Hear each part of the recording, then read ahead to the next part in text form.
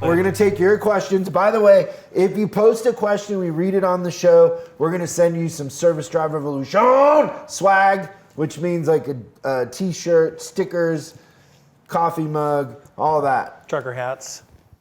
The voice of God is here and has many questions. Question number 1. I love what I do, but not a fan of the pay plan. It's all averages. I notice some advisors avoiding customers at the end of the month because they've already hit their good averages. I actually love helping customers, but at the end of the day, a simple oil change hurts my averages. Any advice? So I can't tell if this is communism or averages. Well, it's obviously in California. Communism and California kind of go hand in hand. Very close. Your political jokes aside. Yeah. So I'm not sure if they're saying they average all the advisors' numbers together, because I run into that sometimes. I think they're saying that they're paid off of averages. So average repair order, hours per RO, those type of averages. So if he gets a simple oil change in, there's no potential to upsell. It's going to hurt his pay plan. Here's the thing that I learned about being a service advisor and pay plans. Because I accidentally accepted a job once where I didn't understand. Like, they showed me the pay plan. I looked at the percentage. I did the math. And I was like, oh, this is a nice raise. And I took the job. And then I went to get my first paycheck. And the in front of me, the advisor in front of me, that never got up to help a customer, never did anything, goes something to the effect of, I hope you never quit because you made me a lot of money. And I was like, what does that mean? Wait, he got a piece of your... I didn't know that they averaged all the advisors together. Oh, man. He was and so this guy's writing like 40,000 and I write 100 and something. Yeah. And I got paid on like... 80? Yeah. It made absolutely no sense. So here's the thing that I know about that is they didn't want to lose my 150 to make the guy making 40 happy. So they changed my pay plan.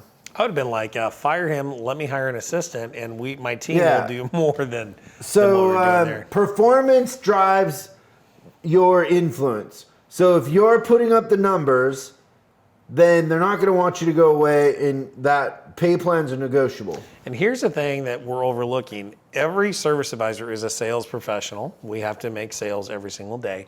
If you're not happy with the pay plan, it is not written in stone.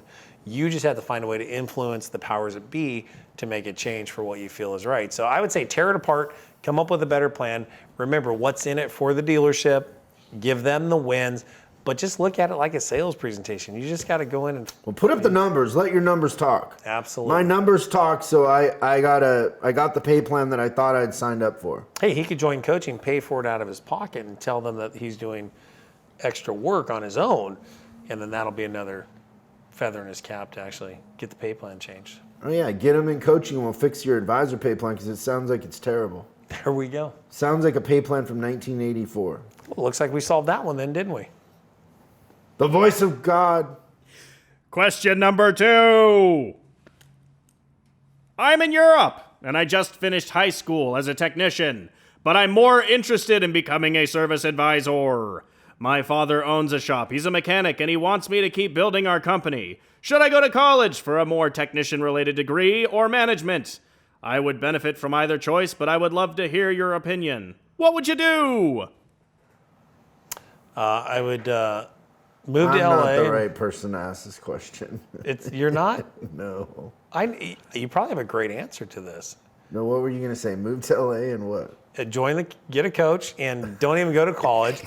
You're going to spend less money. You're going to learn more through our coaching program. Right. And then go back to Europe in 18 months and you'll be slaying the dragon. So true. Right?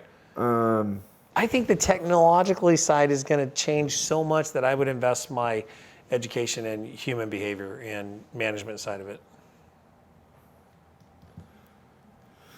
Yeah, I think if you really wanted to, there's enough, like literally you could go through our program and you would know more than you're ever going to learn in school, honestly, about that job. But I'm not big on 2 or 4 years, I'd rather work. Personally, I'd get to work and read books and do other things. But I've maybe told you this before, but when I was single, I dated this psychologist, and she said that I know more about psychology than she would ever know. And I never went to college, but I've read more books. Like I've read, well over 1,000 books and classes. One year I spent over half $500,000 on my own personal development. Wow. So dang, I don't know. I wouldn't do it, but I'm odd. Like, I feel weird saying that to some people because they need college, they need structure, and they're not motivated. So it's hard for me without knowing somebody. I've got some kids coming up. I got a 15-year-old, 12-year-old, and a 10-year-old, and in our family, our kids are going to go and they're going to get their bachelor's degree. That's just kind of what we have decided for our children. Now, whether you work in that field or not, your life changes so much from the time you're 18 to 22, and maybe one of my children will take till they're 26 to get their bachelor's, but that's fine. But at least you have that foundation. So in Europe does things a little bit different than here in the States as far as the education system. So if he's going to have to go to school for 4 years, I just think I would really look into your passion bucket and find out what you're really passionate about and then follow that. And he may hate people. Like, he may be like, man, every time I have to counter. Tell me what a passion bucket is. You don't know what a passion bucket is? What's a passion bucket? That's where all your passion is at. Like, it's always full. Like, good service advisors never run out of energy. You know why? Do you think it's, no, why? Because their passion bucket's always full. full. So you think that passion is important? It is, absolutely. Okay. It is. Do you disagree? I mean, if you're in parts, no, it doesn't matter. But if you're in service or sales, yes, it does matter. I don't know. I'm just hungry. Like, I grew up hungry. Right. I grew up poor. I'm hungry. A lot of things that I do in the day I have no passion for, but I do them because I'm hungry.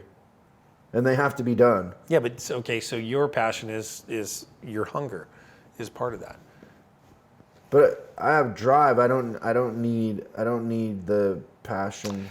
I think to help this guy out, he's got a family business and he's got a technical road he can go down or a people road. He can go to the counter, run the business, or he can learn to work on cars. If you're going to have to work on the cars and you love working on cars, then go follow that. If that's where your passions lie, go do that. If it's more on the office side of it, go towards the office. I'll tell you this too. I've never met a really good entrepreneur or business owner that attributes their success to a degree in business. Right. Never. Correct. It's never happened. In fact, I meet people with degrees in business that need my help desperately because they're doing it all wrong. No, they don't understand, and you can't learn that stuff in a classroom in a textbook. No, the real world is way different. It's good. Is that the end of the questions, God? There's one more question. This one comes from YouTube. Passion bucket. God, do you have a passion bucket? God has a passion bucket. Is God love or is God hate? God is love, my child. God has many passion buckets. Do you have many passion buckets? God has infinite passion buckets. Wow. Question number 3. I have a question for you guys. This pertains to both advisors and service managers. What do you do and how do you handle a vehicle that comes into the shop under factory warranty with a drivability concern? Your master technician finds himself unable to track the source of the issue after multiple attempts. He's followed technical assistants who are often slow in response and vague. The customer is restless and there's seemingly no end in sight. I feel like both positions at different times in the process both are bound to find themselves dealing with this issue. Assume also the customer's a good customer. He's been spending money and building trust in your drive for several years. So you should have never put it in the shop without verifying it. The way I think I've explained this on the show before, the thing that I would say to a customer is, listen, there's a 5-mile dome over the shop. And whenever you come within 5 miles, your squeak, your rattle, your runnability problem doesn't happen. So we need to verify it. So I just set that with the customer, like, because it happens to you doesn't mean it happens here. Then I go through, when does it happen? Cold, hot, going over a bridge, in a rainstorm, first thing in the morning, or when you pull in and park and then run back out and get it. Like, when does it happen? Then I make the technician drive the car home.